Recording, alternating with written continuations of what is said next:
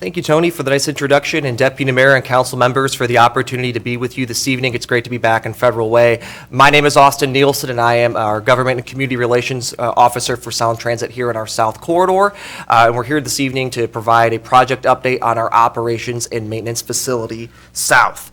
As you know, we last presented to you on this project back in February of this year as we kicked off our early scope and comment period.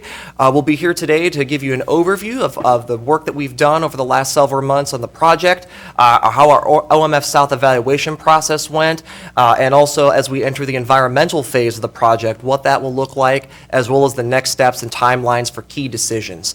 As you are aware, and as the public maybe will be aware, we are currently studying 3 sites in the South Corridor, 1 in Kent and 2 here in Federal Way, as part of the environmental review process. We have not decided where any OMF will be built. We'll be here to talk a little bit more about what that review will look like and when those decisions will be made. I'd like to now turn it over to Curvie Hawkins, our project director, to lead you through our program. So thank you again.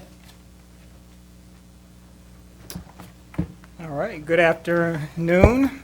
Again, I'm Curvie Hawkins, Project Development Director for Sound Transit, and I manage this project as well as the Tacoma Dome Link Extension Project.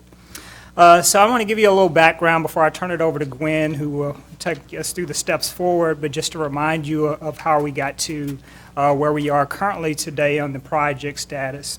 So as approved as part of the ST3 plan in 2016, we need to identify, strategically locate and identify where an operations and maintenance facility will be located in the South Corridor. This OMF facility, as it's called, will keep our entire link light rail system functioning properly. The link light rail network will triple in size over the next 5 years, and this includes extensions to Federal Way in Redmond as well as Linwood. We have even more extensions planned, for example, out to 2030 to Tacoma Dome, for example. We need to identify and build more maintenance facilities, and this is really to store our expanding fleet of vehicles that we have that will be incoming shortly to help us operate our system, run our system. Because we need to start accepting the delivery of these vehicles and start testing these vehicles, we need this facility open in 2026 prior to the start of these new light rail extensions that I mentioned that start in 2030. So a little bit more on what an OMF is. An OMF, Operations and Maintenance Facility, is a facility that we use to store and maintain our vehicles. As vehicles are run in service throughout the day, in the evening we pull them out of service, we store them in these facilities, and we do light maintenance on these vehicles, such as cleaning them, as well as the regularly scheduled ongoing maintenance that is required to keep them functioning properly. This facility also houses staff, and it houses equipment that we use for the right-of-way maintenance as well, so the track maintenance itself. This facility is expected to provide over 300 living wage jobs for, as far as employees, people that will work there.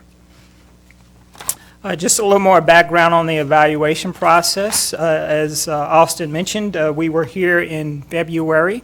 And as part of that process, I provided a pretty detailed evaluation process step walkthrough for the council. But just as a quick reminder, we started our evaluation of an OMF facility for the South Corridor with the public comment period in what we called early scoping in April of 2018.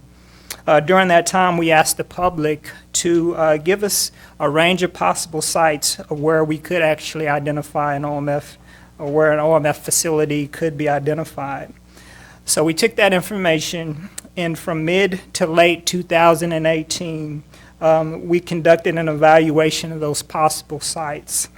So information about the environmental, operational, and cost factors of each of those sites were collected and analyzed by a team of environmental planners, engineers, and other technical staff.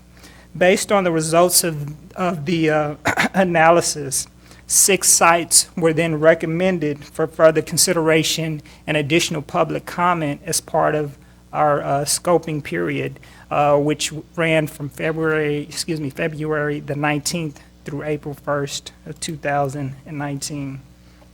So for that 45-day period, we conducted the scoping and received comments, and these are some of our engagement during that public scoping period.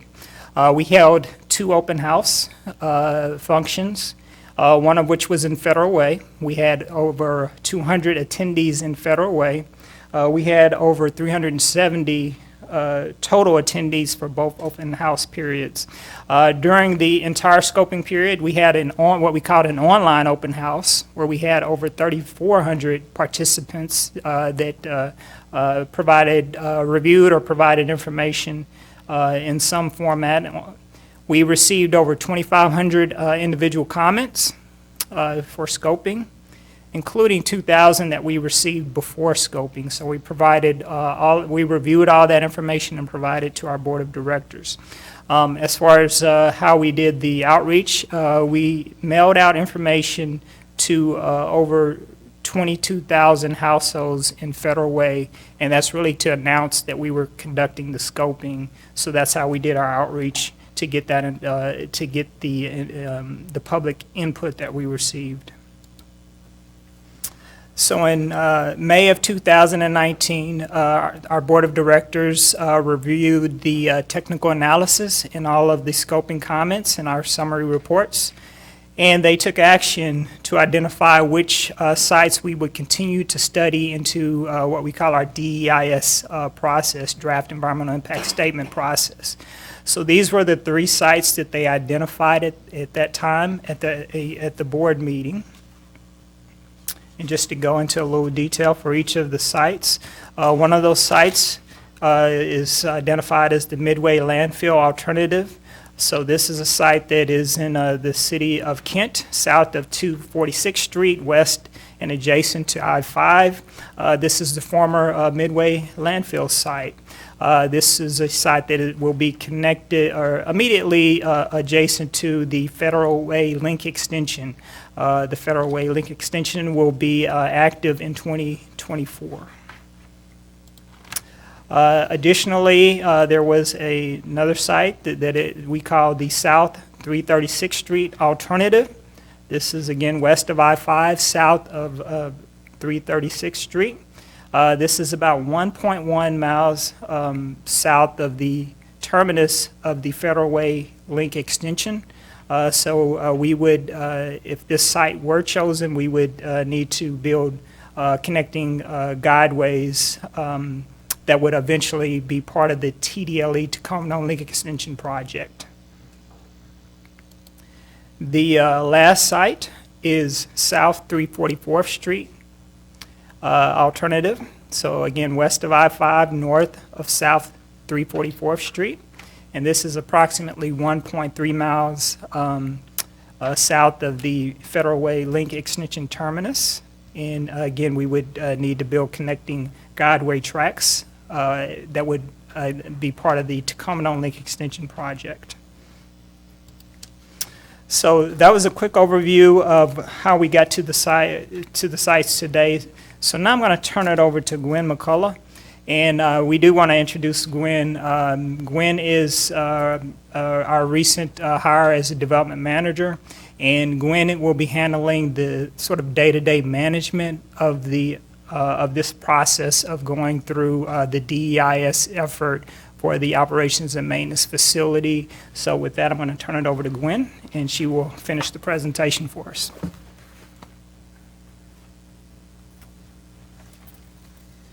Thank you, Curvie, and thanks again for having us here.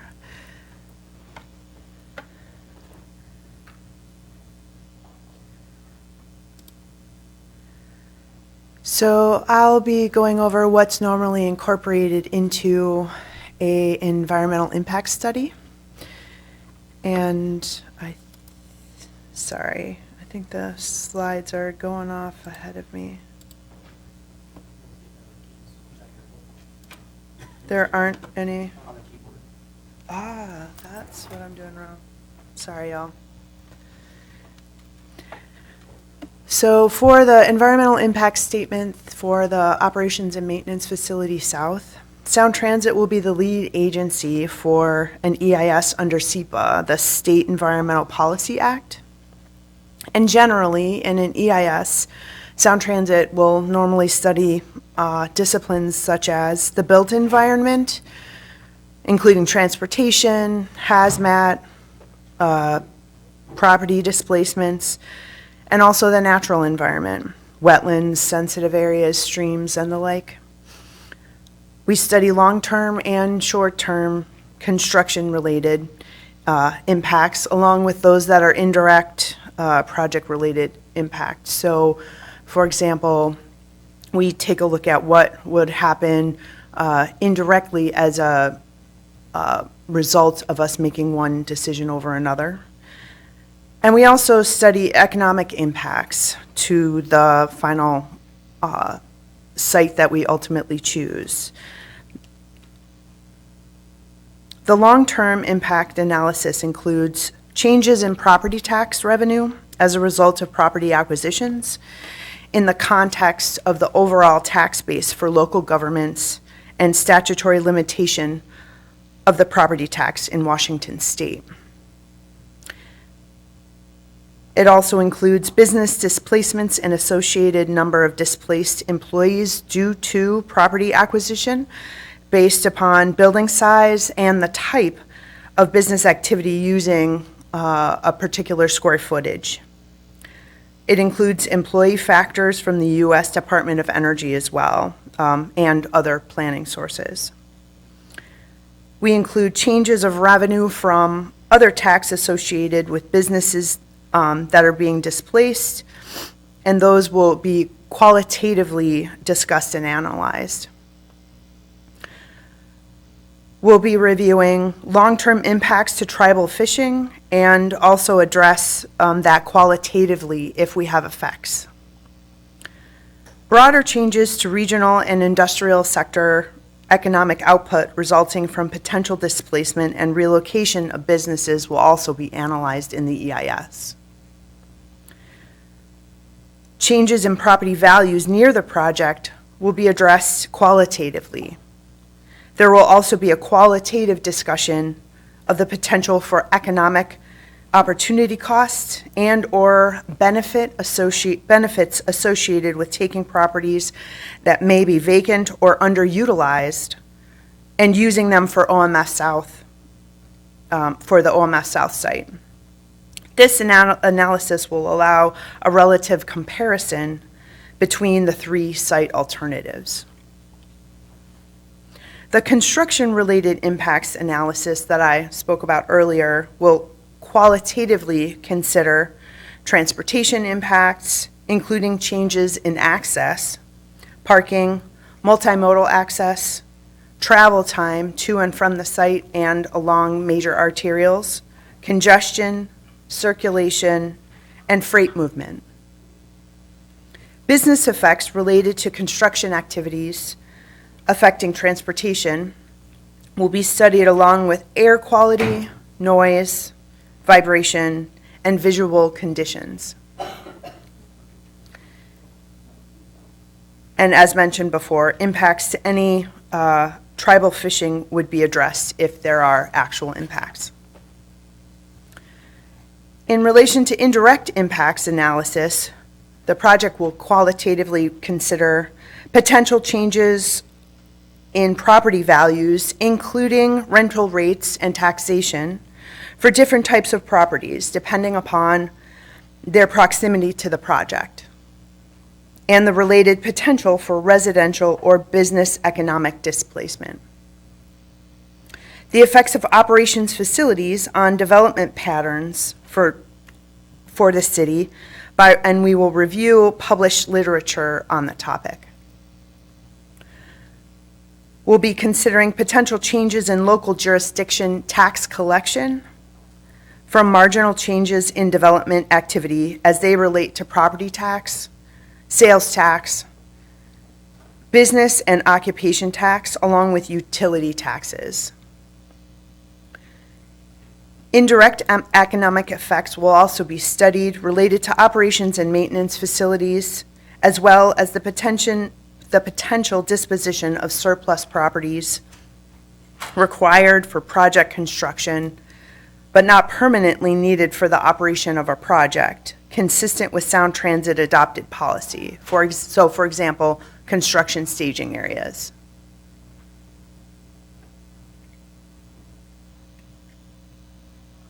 So the next slide reviews the Operations and Maintenance Facility South Environmental Review timeline. Sound Transit will continue to coordinate with city staff throughout the project process. Through city staff, the project will learn about issues of importance to the city of Federal Way and consider those during the environmental review process. Agencies and the public will have the opportunity to review and provide comments on the draft environmental impact statement this summer in 2020. Those comments will be considered and aid in informing the Sound Transit Board decision on the preferred site alternative in fall of 2020. Design will then advance on the preferred site alternative and be reflected in the final environmental impact statement anticipated in summer of 2021. After completion of the FEIS, the final impact statement, Sound Transit Board will select a project to be built.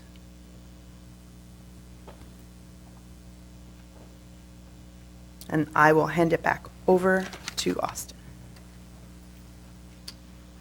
Thank you, Gwen. So as you see, we'll have a very thorough analysis through the environmental review process, and we'll be coordinating with city staff and keeping you and as well as the residents of Federal Way informed as we go through that process. We are planning another round of public outreach that will take place this November. It will consist of a series of drop-in sessions, stakeholder and property meetings and interviews, as well as other notifications to the public. We are planning to have a few of those drop-in sessions within Federal Way, and we're actually working with our team to nail down the logistics and dates of those. We'll be sure to share those with city staff so that you are informed and have those on your calendar when they're scheduled.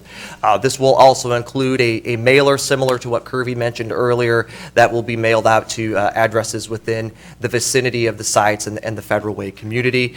In addition, we will have another online open house that will inform folks of where we have come in this project to date and what the next steps are, similar to the information that we are presenting this evening.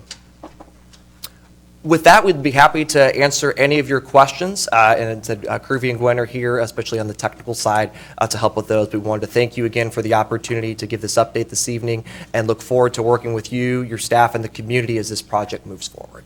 Thank you, Austin. And Council, before we get into public comment, any quick questions about what you've heard so far? Okay, well, why don't we go ahead and get into public comment? And I do have a question. Oh, Councilmember Sefa Dawson, go ahead, please. Sorry. My first question is, you mentioned transportation and ridership. Who is that for as it relates to this project? Go ahead. Yeah, go ahead, Gwen. Gwen's going to answer that. Hi there, this is Gwen McCullough. I believe that can you repeat your question for me? Did you say ridership? So in your report, you talked about transportation? Yes.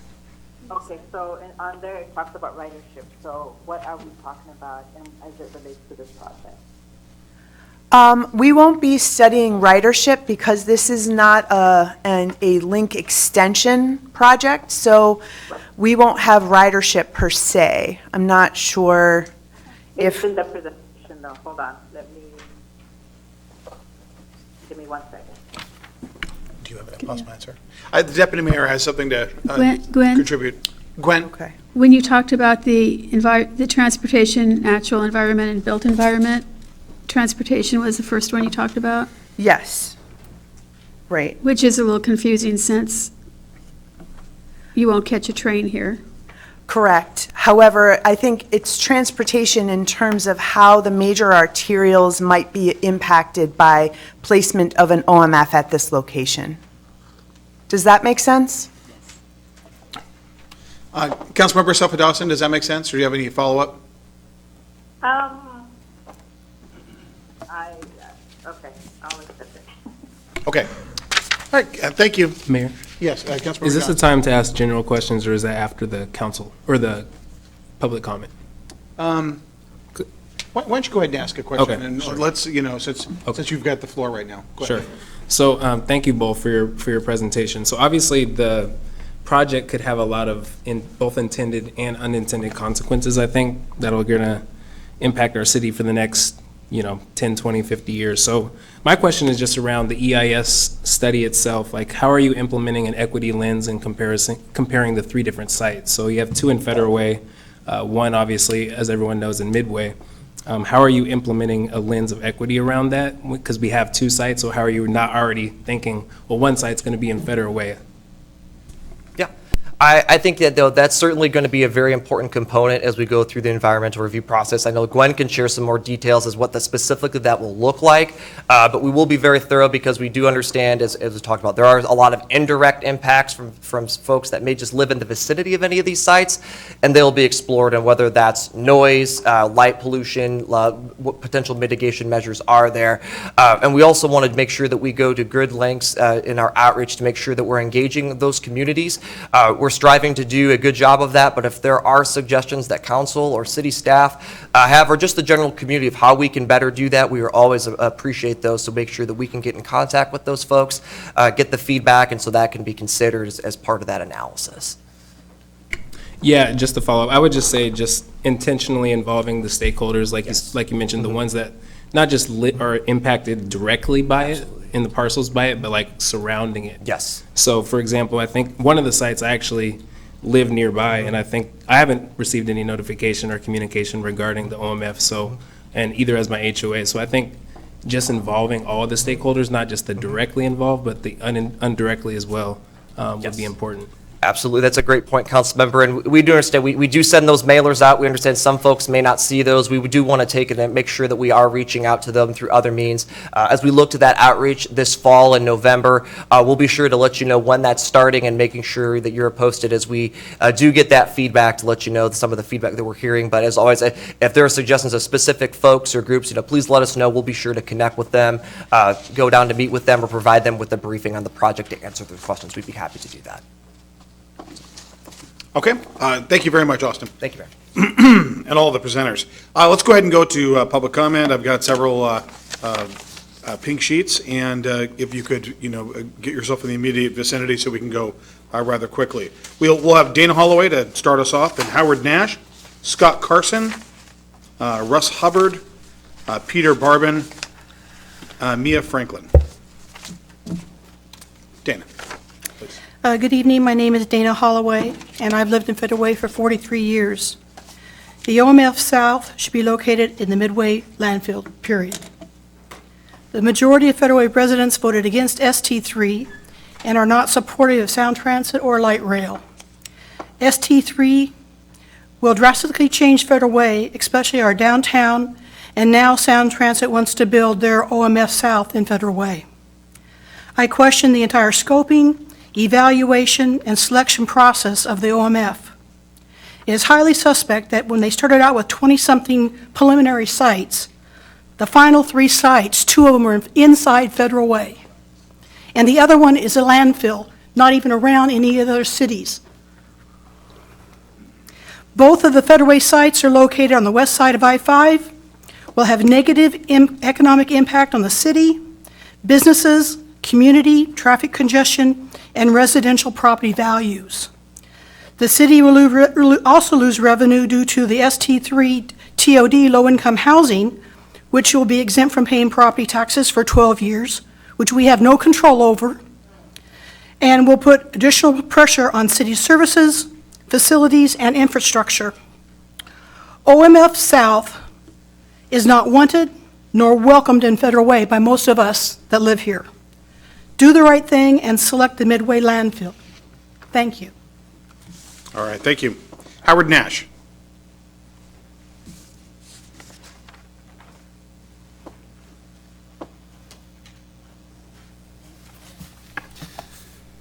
Good evening. My name is Howard Nash, and I'm here representing someone from Garagetown. And I heard a lot of stuff about the valuations of taxes would be considered, economic impact in the different areas, and I must agree with the lady that was just up here. The best site is Midway. Other than that, there will be a lot of impact. There's 56 different owners at Garagetown. There is another business right behind it. And there's also a radio station there and some other small businesses in the area that would all be heavily impacted if this happens. The taxes that are paid from Garagetown is kind of interesting because Garagetown is a facility that there isn't another one around. It's the only one in the area. And some of these people use Garagetown to store different things in so that they could move into a smaller facility. If that's not there, you may not only lose their revenue from Garagetown, but you could maybe lose their revenue from them because they may have to move out of Federal Way to keep their stuff going. So anyway, I also support Midway. All right, thank you. Scott Carson.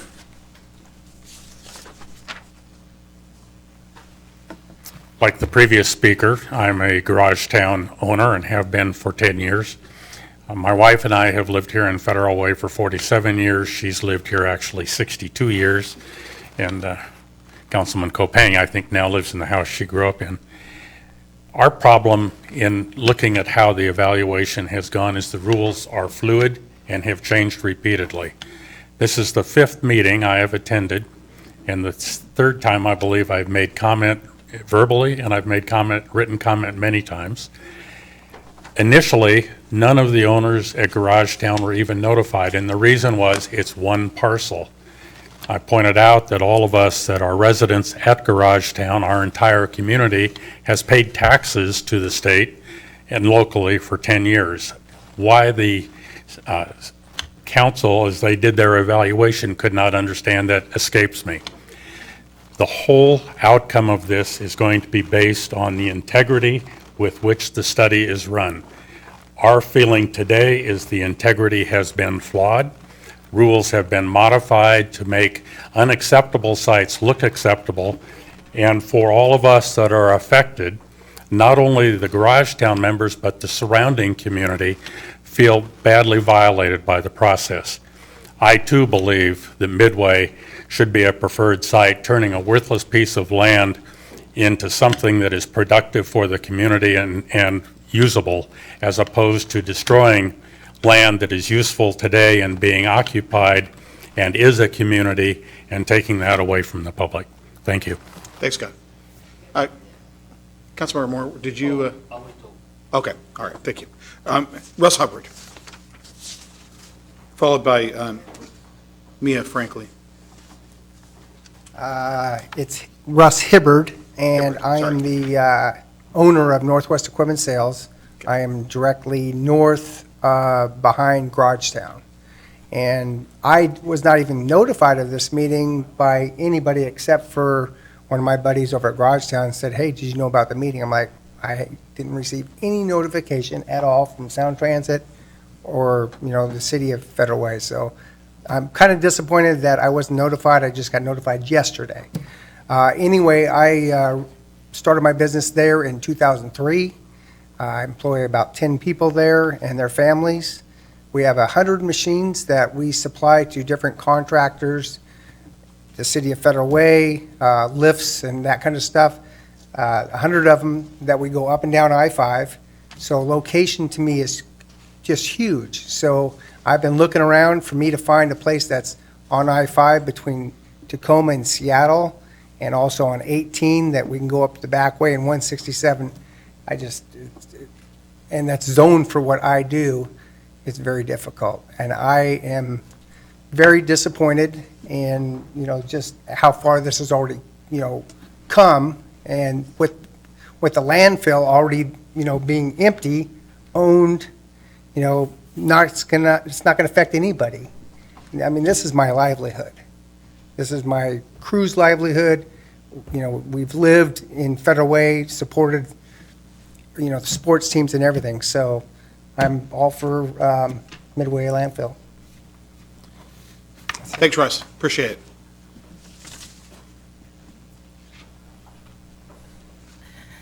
Good evening, everybody. My name is Mia Franklin. Hi, Martin and Jesse. First of all, I want to talk about the inconvenience because I was not notified about this meeting tonight, which is why I'm up here looking crazy. I'm supposed to be at home dyeing the grays out of my hair, but I was just notified by my good friend at Garage Town that this meeting was taking place, which I find a little deceptive because it's 5 o'clock in the evening, people are out paying their bills, it's the first of the month. So to not be notified and expect most people to be here at 5 o'clock is just, it's not right. So I don't appreciate being out here looking like this at 5 o'clock. It's because I'm trying to have these words said. Also, I just bought my house just 2 months ago. I live on the 344th site.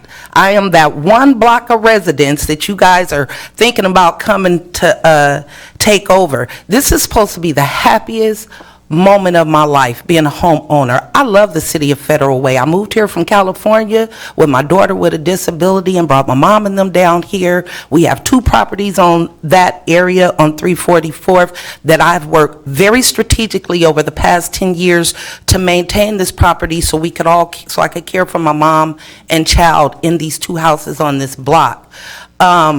Instead of enjoying my property, I can't paint, I can't upgrade, I can't do anything. My whole life is in limbo because I don't know if they're going to come in, big bank, tank, little bank, which would be us. I don't know if they're going to come in and take over my property, so I can't even fix it up. So I can't even tell you what that feels like as a new homeowner while they stay in limbo when they have this whole other area over there, that the landfill, that doesn't do anything to disrupt anybody. So I strategically bought this home and rent the other home in this area because of my daughter with the disability. Earlier this year, there was an emergency. I always move within 2 miles from the hospital. In January, I was just 5 minutes shy of her losing her life, but because I lived so close to the hospital, she was saved. That's why I stay on that block, and I'm not trying to leave that block for anybody. So I'm telling you now, Sound Transit, I'm not going down without a fight. I'll be the lady tied with a chain to the carport of my house with the Channel 5 News sitting there with y'all trying to get me out my home because I'm not leaving. That's one. The other thing is, if you guys do happen to override what everybody is saying here today and you come after our block, I'm not accepting nothing less than what it's worth, than the energy and the time that I put into buying this property in that location. Thank you for listening. Thanks, Mia. Peter Barbin.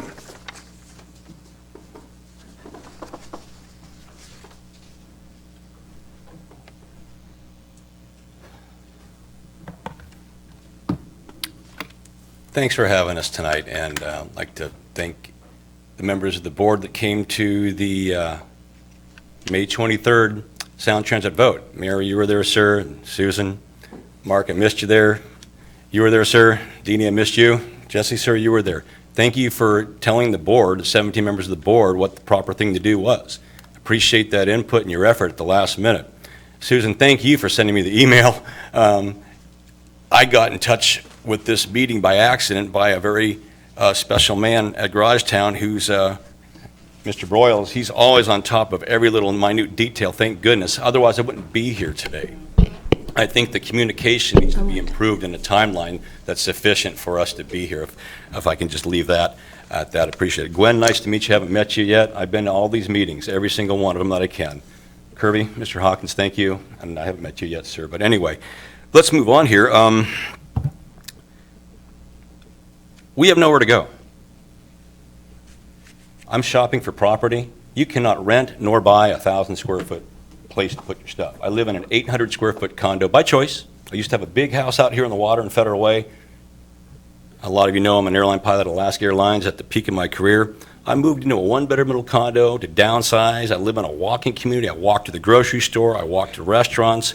To do that, my family keepsakes and hobbies and my little business found a place called Garage Town 10 years ago. There's nowhere to go. You cannot rent nor buy a Garage Town. It doesn't exist. And I can't buy the dirt for the dollars per square foot and develop it. So that's where it's going to get nasty. Interestingly enough, my property values in Burien and my condo keep rising, but the last year, our Garage Town property valuations are flat. Could that be that they want to hold our parcel values down to make us a cheap payout? Let's start comparing parcels around our border. I'm curious about that. That's just a suspicion. And why do I have a suspicion? Because the scoping process has been flawed. We proved that, and we made those comments at the Highline Community College meeting. That was the second big scoping meeting. Some of that stuff got corrected, and thank you for correcting that. Appreciate that. Yeah, Federal Way, Mayor Ralph Ken, public comments, Midway Landfill. The Tacoma engineers have discovered that, well, maybe rephrase that, an engineering firm hired by the city of Kent said, hey, we might be able to find alternative construction methods to make the Midway landfill feasible. So I think that should be explored, as Dave Updegrove said at the meeting on the May 23rd vote. Everyone wants the Midway landfill. The public wants it. Tell the public they got to pay for it if it comes into cost overruns. That's what needs to be done, folks. Again, I've not received any mailers. None. Zero. Haven't received a single mailer since that May 23rd vote that I am in the draft EIS process. What is going on? I got a parcel. I got 2 parcels that I pay taxes on. $4,000 a year, just my 2 little 1,800 square foot parcels of concrete and steel, where I park some stuff. That's a pretty handsome wage loss going to the King County Treasury. But I don't mind because the city's making a nice place for me to be. I love this place. I've been here for 23 years now. Don't really want to go, but I lose this property. I've got other options, and they're not very pleasant. What does qualitatively mean? I don't know. We don't trust the EIS process. That's a fancy word for, is the scoping process rigged and swayed and biased? I don't know. Garage Town wants to stay. There's nearly 100 owners on that site. And if you go up there on a Sunday, you can't even move through that neighborhood because of all the church activity. Not the church on 336. We have numerous churches, a Christian broadcast TV tower, Garage Town, Northwest Equipment, not mentioning Eleanos Yogurt that put $5 million in a leased facility. If they lose that facility, they're going to be bankrupt. So we've got jobs, residential homes like Mia's, and 56 owners on a 4.2 acre parcel in Garage Town. There's better alternatives.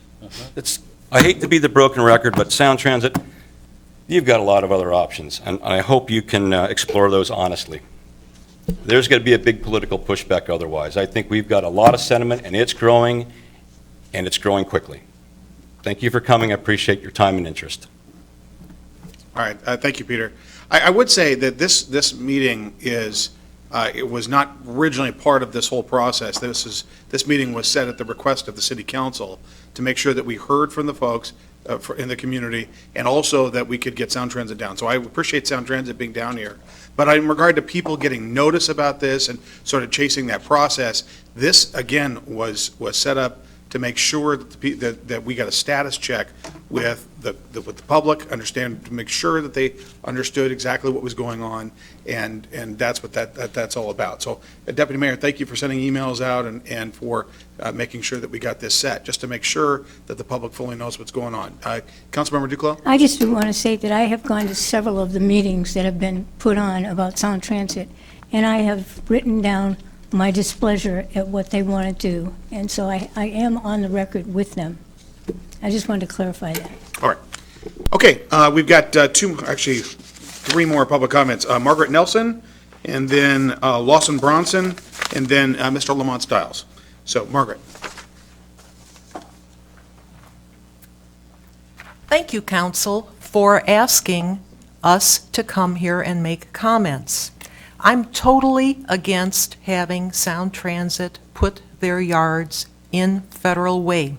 "It's the economy, stupid," is a motto that was used by somebody running for president, and it's true for us.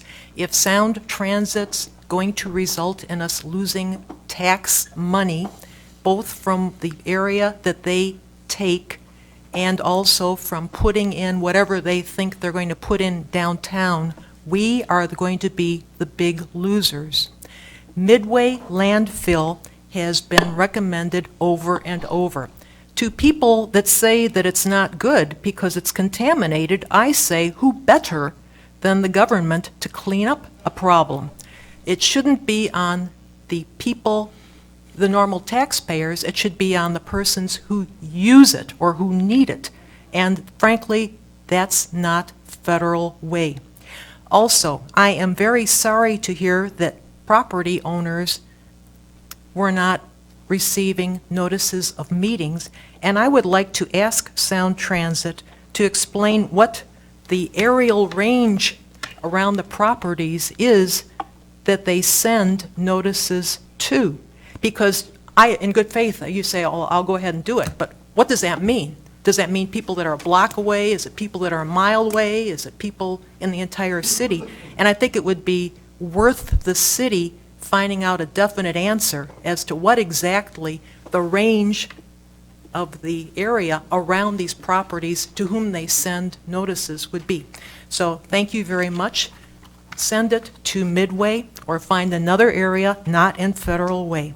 If it was good enough for Kent not to lose their income-producing tax areas, it's good enough for us not to lose our income-producing areas. Thank you. All right, thank you, Margaret. Lawson Bronson.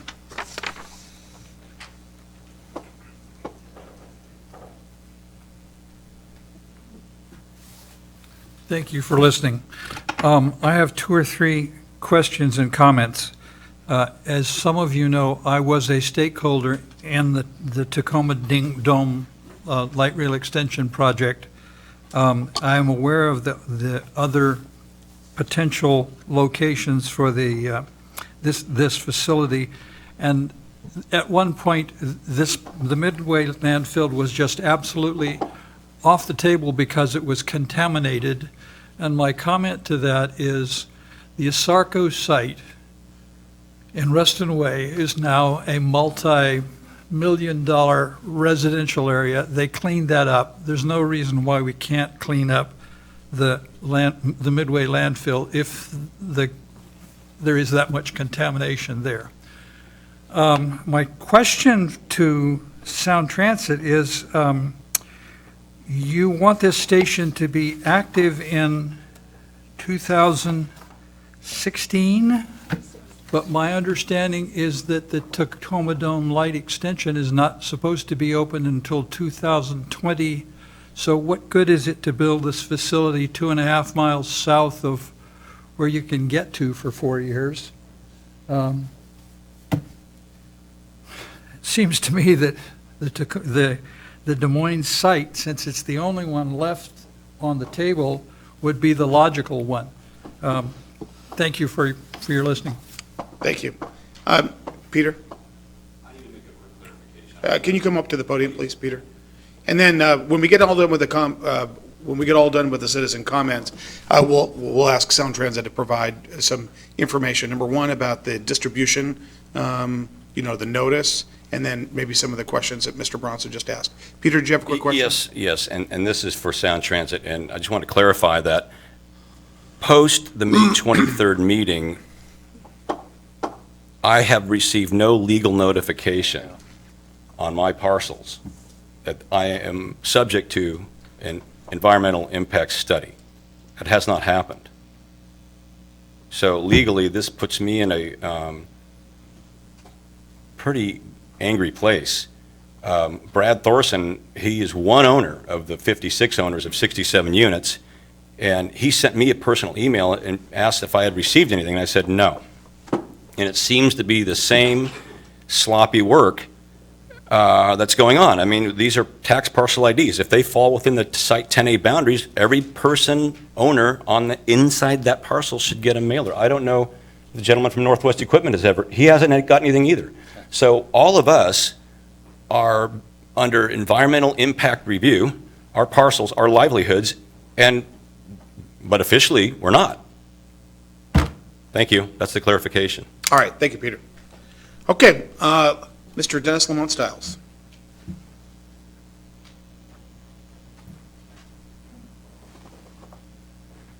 Appreciate it, Council, Mayor.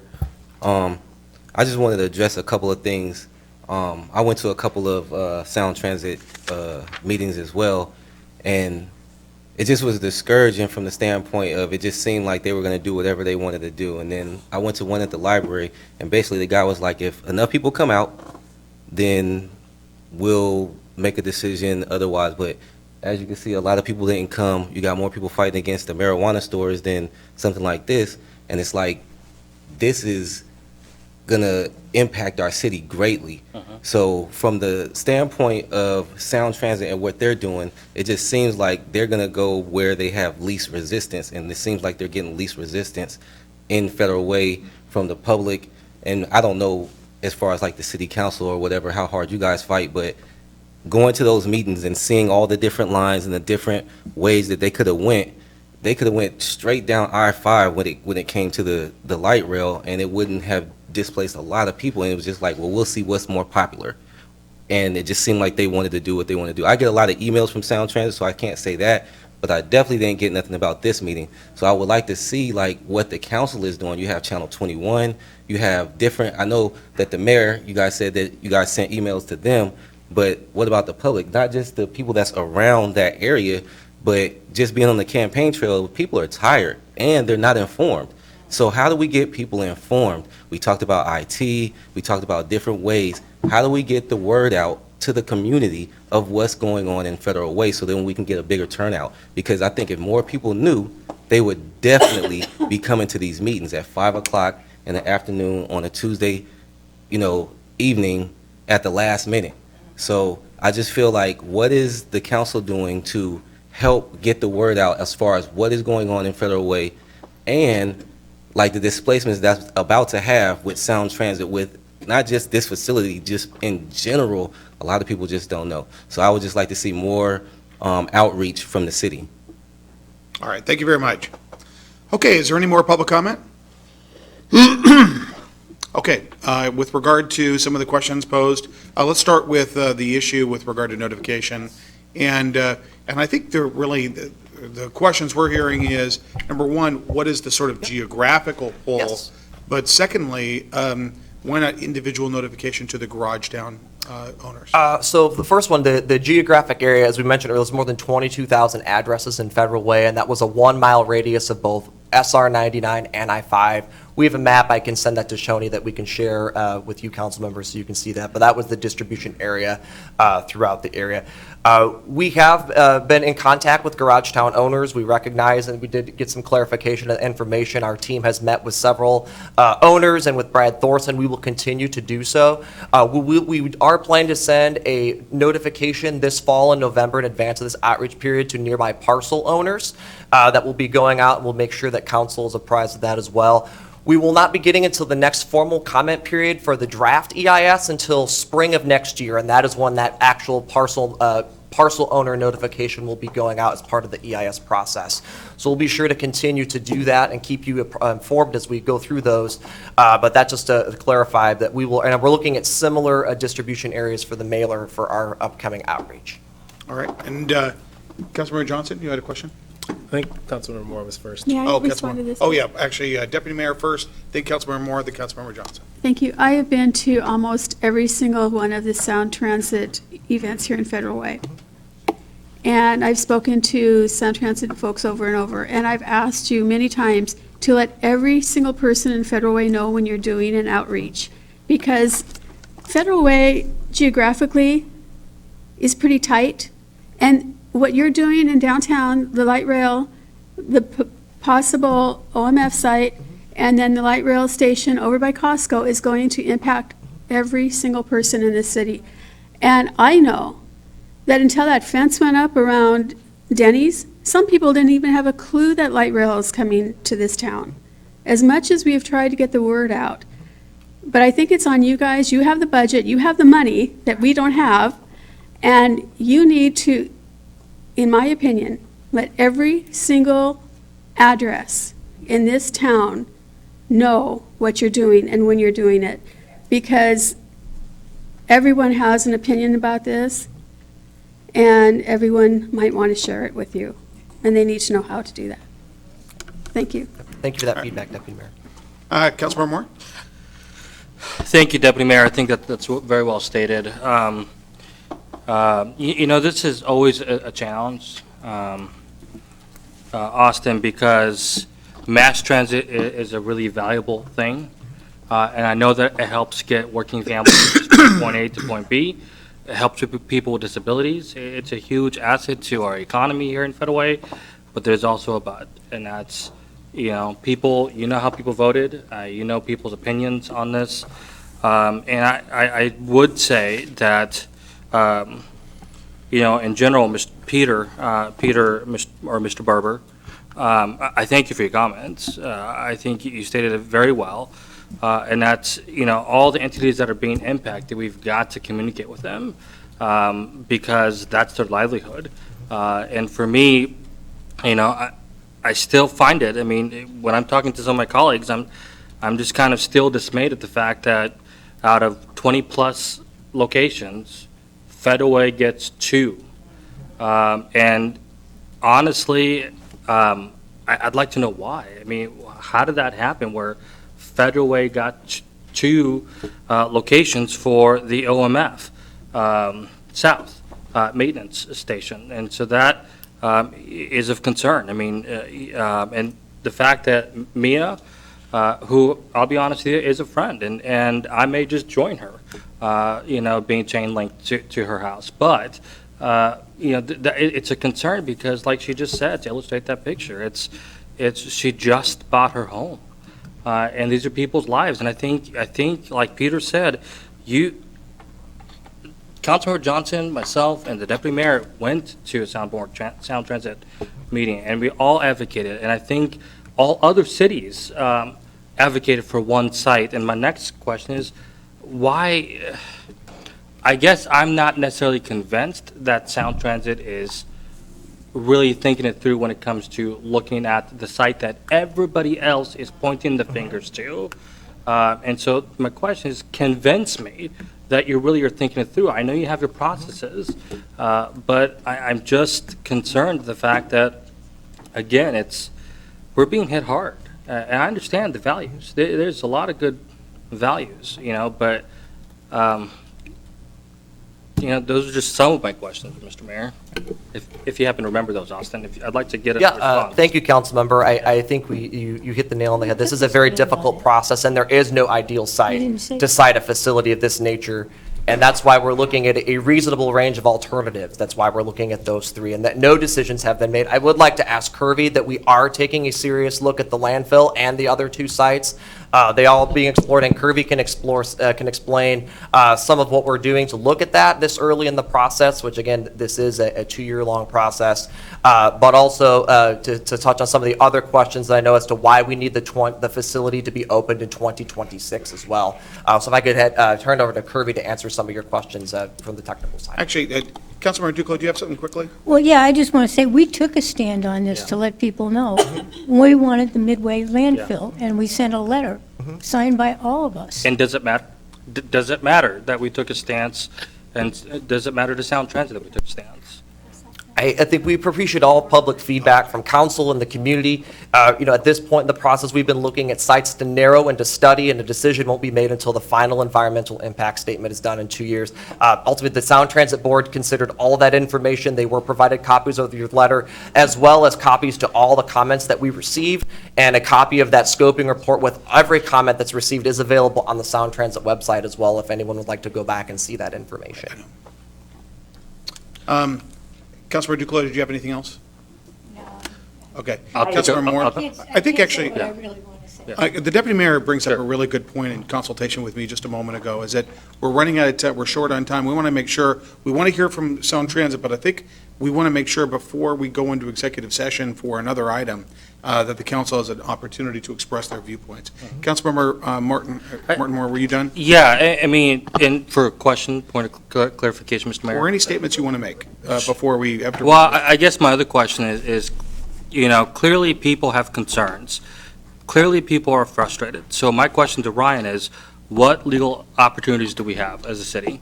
What can we do to get the message clear to Sound Transit and to protect our residents, to protect our properties, and to protect the people here? What legal things can we do? Okay, let's bookmark that for a moment, because what we're going to do is, let's get it all out with the council, then what we're going to do is we're going to have staff and then Sound Transit respond.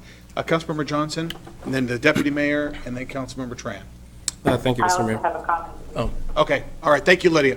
So I just have a couple questions. One of the things I did a couple months ago was I met with Mr. Rogoff, the CEO of Sound Transit, and I asked him, because in your mission statement, it says that you're going to, along the process, you're going to make sure that all impacted stakeholders have a voice in this process. And so my question is, how will you ensure that by the end of the EIS, not throughout it, but by the end of the EIS, that all the stakeholders can validate whatever assessment or metrics are done within the process? How are you going to ensure that that happens? And then the second question I have is, how are you looking not only at what properties are worth right now, but 10, 20 years from now in the future as well? Well, to your first question, I think that we talk about our outreach process, and as many of you have noted, and many in the audience and across the community have been to, we have tried to be out having these meetings, having the open houses, online open houses. We're going to continue to do that and make sure that we are going to folks and that they are getting notifications, that we are reaching out to them. As we get further in the process, we'll have our outreach team that will be out in the community talking to folks, talking to property owners, and talking to residents. All that information as we go through those is transparent as we go through the process, and we can continue to improve and refine upon that over the 2-year period. In regards to your second question, I would defer to Curvie and Gwen to talk about more on the technical side as to how that evaluation will look when we do look at some of the indirect impacts of those values of property and taxation and things of that nature. Okay, but will stakeholders have a final voice after the EIS study is done in validating whatever assessment or metric is completed throughout the process? Yes, there will be comment periods at the DEIS and FES comment points where there will be opportunities to provide public comment, and I said all of those will be tracked and documented, and we'll engage throughout that process. And all that information will be shared with the public online and to the Sound Transit Board. Before any Sound Transit Board decision is made? Yes, the Sound Transit Board will not select the project to be built until after the FEIS is complete. Okay, and that'll be complete what date? In 2021. Great. All right, Deputy Mayor, then Councilmember Tran, Thank and then you. Councilmember Assefa Dawson. So for anyone that's watching and listening to this that doesn't understand, this council does not have we're not making the decision. The Sound Transit Board, which is a board of elected officials throughout 3 counties, will be making the decision. We have sent Sound Transit Board 2 letters, and 3 of us have testified, along with the mayor, that we do not support either of the sites in Federal Way. And we will continue to do that, but we are not the ones making the decision, and that's why we wanted to hold this meeting tonight, so that we can continue to get this out in front of the public, because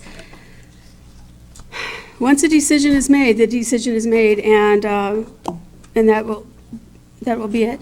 But I do have some questions, and in the EIS, do you measure the revenue lost by the city if these properties are taken? And how do you do that? Do you do it long-term, and how long do you project? The surplus property at this project site, if one of our locations is chosen, will low-income housing be built there? And I have a lot I want to say, but we don't have much time, and I want everyone to have a chance to speak. My last it's a statement.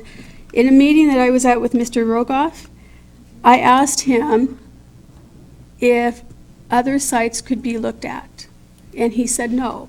And I said, at the end of this coming summer, you will pick one site. and then it'll go into the final EIS study. And I asked him if that didn't work out, then what would be the plan? And he said that it would work out because one of these 3 sites will be chosen for this project. So, saying that, these people that have property over there are all in limbo. Where Jesse Johnson lives, they're in limbo. I bet he couldn't sell his condo today. And Ms. Franklin, your real estate person should have let you know what was happening before you bought your property. But, since last spring when this decision was made, I think it was last spring, this whole section of town has been in limbo. No, you can't, you're not going to invest, you're just waiting.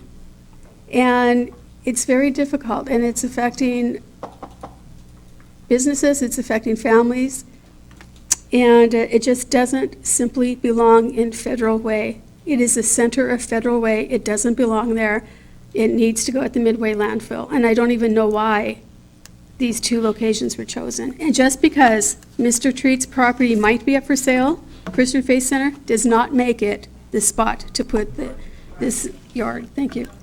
Okay, is there a quick answer in regard to the valuation, or is that something? I think, Mr. Mayor, if we could follow up with some more details as to how that will be evaluated, I think we could provide that to staff and make sure that gets back to council. Very good, okay. Okay, Councilmember Tran. Thank you, Mayor. Thank you, the team, for being here and your information. And I also want to thank you, the public, for being here to make your comments. My question is in regard to the EIS study. Who is the leading agency to conduct this EIS study?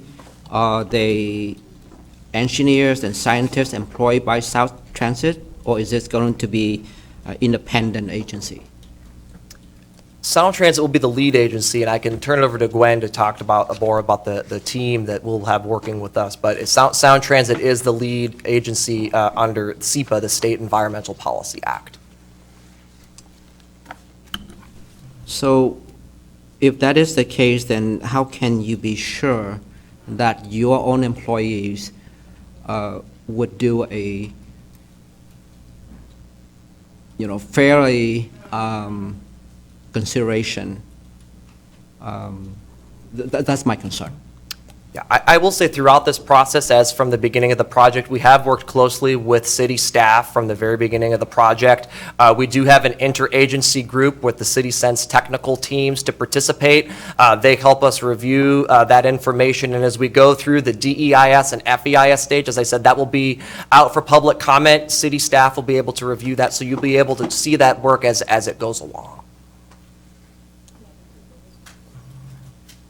Okay, thank you. Councilmember Suffolk Dawson, do you have something? I do. Thank you so much. I do want to echo what the other council members said, recommending that it does go to the landfill. Initially, there were 5 sites that were identified. 2 were able to get off the table. And I would suggest that these 2 in Federal Way do get taken off the table, Right. not waste a lot of time on getting the EIS done or anything. But also, one of the criteria is looking at the impact on minority-owned businesses, and there are a lot of small businesses in that cluster that are like car mechanics, repair shops, CNA schools, and other churches and other businesses, restaurants, small restaurants. You are impacting all of those who don't come to these meetings regularly, but they are going to be highly impacted. And so, and also my other, I'm curious about the overlap where between 341st, around that area, they, no matter what, they huddle those 2 sites that are being identified. And so, and if we were to go to the poll today, the majority, high majority of Federal Way would say no to this. And so, listen to our comments, feel our heartbeat, hear what we're saying, and really pay attention when you see that no one is opposing the landfill right now. Yeah. And so I say, and I plead to you that you really just drop these two sites, go ahead and spend the money that would have been spent on the EIS, move over to the landfill, and let's get over it. Because this has been a long, tedious process. People are impacted. People are really getting affected. They don't want to lose their businesses, their locations, their spaces. And we're still considering these two sites, and I just think it's wrong to be held in a federal way. Thank you very much. All right, thank you. Councilmember Moore. Thank you so much, Mr. Mayor. Wow, feel the heartbeat of what we're saying. I really like that line, Mr. Mayor, a lot. So hopefully Austin and you guys and the CEO and the board hears that. I do want to answer, Mr. Mayor, if possible, from Ryan, and what course of action can we take to protect Illinois, to protect our other businesses, to protect our residents, because, again, of what we're all saying in unison, You Mr. can Attorney. vigorously participate in the EIS process, as you're doing right now. That's by far the most effective way. As far as more litigious routes, that's not something I'm going to talk about in a public forum without researching it, so I'd have to get back to you. We would like you to do that, please. Okay.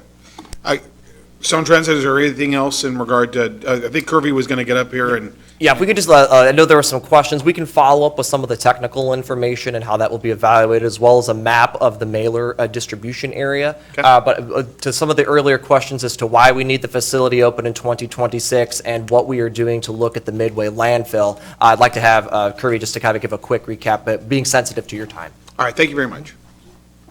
Yeah, definitely being sensitive to time. Just on the date, just to confirm, we need this facility to be open by 2026, and this is to support Link Light Rail extension that starts in 2030 to Tacoma Dome in West Seattle. We need 92 vehicles, so that means the vehicles need to be up and running and available on opening day 2030.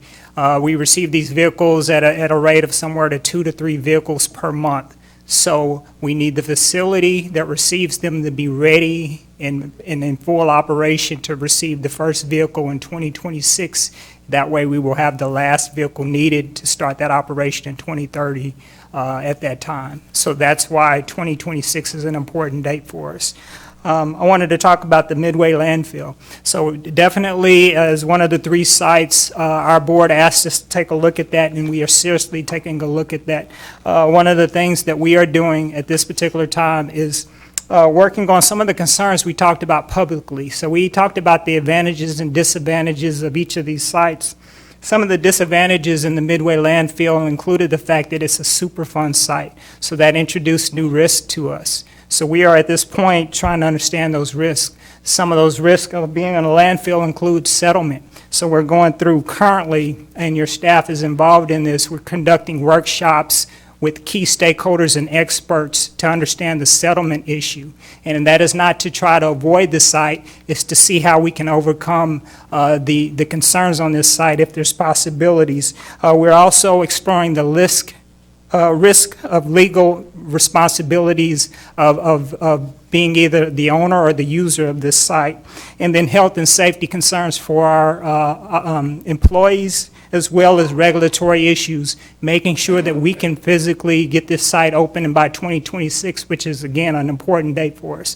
So as we're exploring those things, we're trying to overcome those challenges, and so we are working on that, and we're involving our experts, technical experts, including your staff and other stakeholders to explore those concerns at the Midway landfill.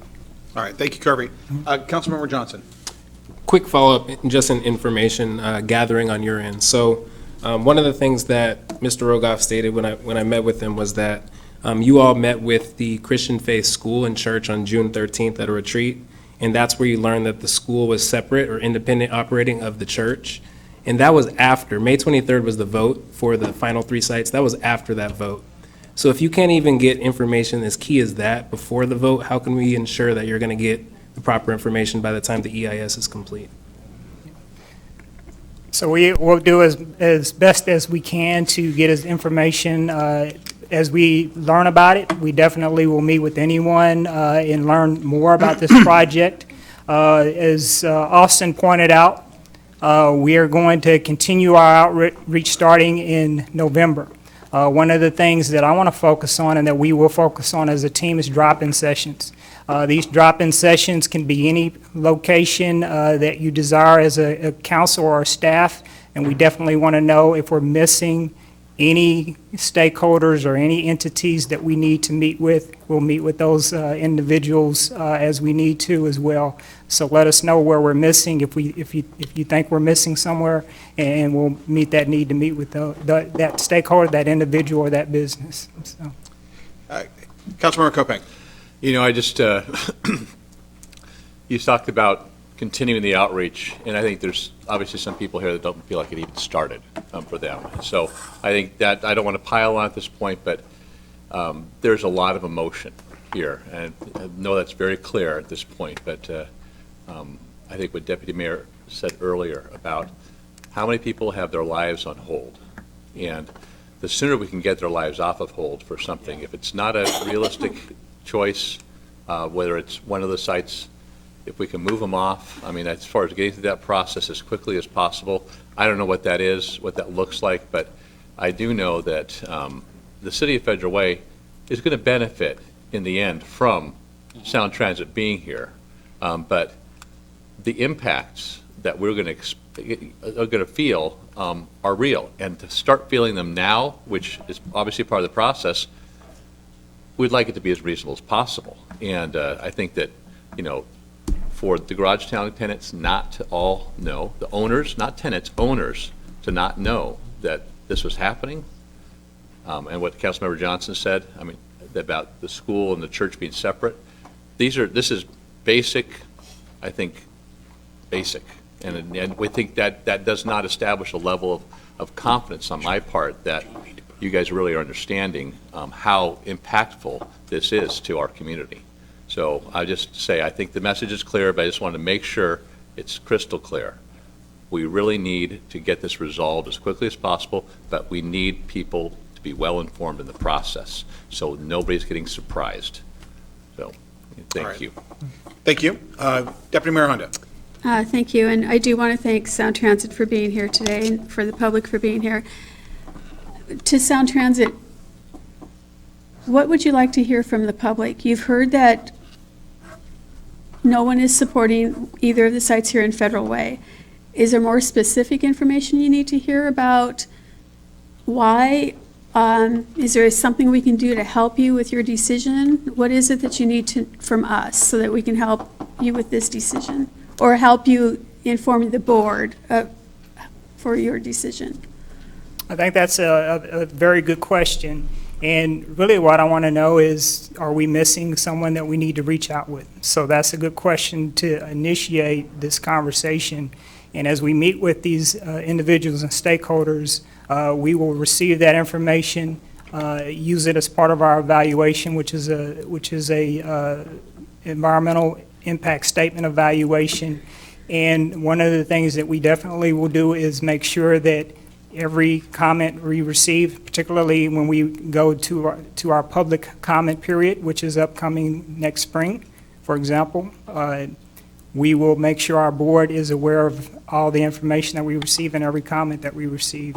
And I will tell you that our board received every comment as part of our scoping period. That was something that we provided to them. It was a lot of comments, but we reviewed that information, we summarized it, and we provided every comment word for word. So your comments are important to us, and we do take those comments under consideration as we do our evaluation as well. So, in fall of 2020, according to your timeline, the preferred site will be chosen. Once that preferred site is chosen, according to the CEO of Sound Transit, you'll go into your final EIS, but that's pretty much what the site will be. At that point, is there anything, in case you were to choose one of the Federal Way sites, that we could do to reverse the decision? Or is Is that truly the day that we're all looking forward to when both of our sites are off the table? So from staff's perspective, that's when the board will select the site to be built. From then there forward, that's when we begin a process of specifically working to start an acquisition process with the landowners. I will tell you, that's our position from a staff of how we kind of move forward from that point. And I would just like to clarify that the preferred alternative will still, the sites will still continue to be studied. It's not until the project to be built, as Curvie said, that will come in the fall of 2021. That is when the next step that we will know where the site will be located, and we would then take the steps, as we have with previous projects, to work with property owners and look at that. So we're looking at the definitive decision will be in 2021. Okay. Let me ask a quick question of legal counsel. Ryan, do you think we've got enough time to complete our business for executive session in the 10 minutes before the meeting starts? Yeah, I do. Okay. All right. With that in mind, having this meeting, first of all, I want to thank everybody that has been here for purpose of this meeting. I'd like to, first of all, I'd like to thank the council for initiating this public hearing to make sure that we got everybody here and we could, again, enhance the dialogue and make sure that we got this extra step, which there'll be plenty of more opportunity. But I do want to also thank Sound Transit for coming down, answering the questions, and for your presentation. I want to thank everybody who testified, thank the council, and we'll be in recess for purposes of executive session pursuant to 4230-1101I, and we will be essentially 10 minutes in that process, and then we'll start our regular business at 6:30. Thank you.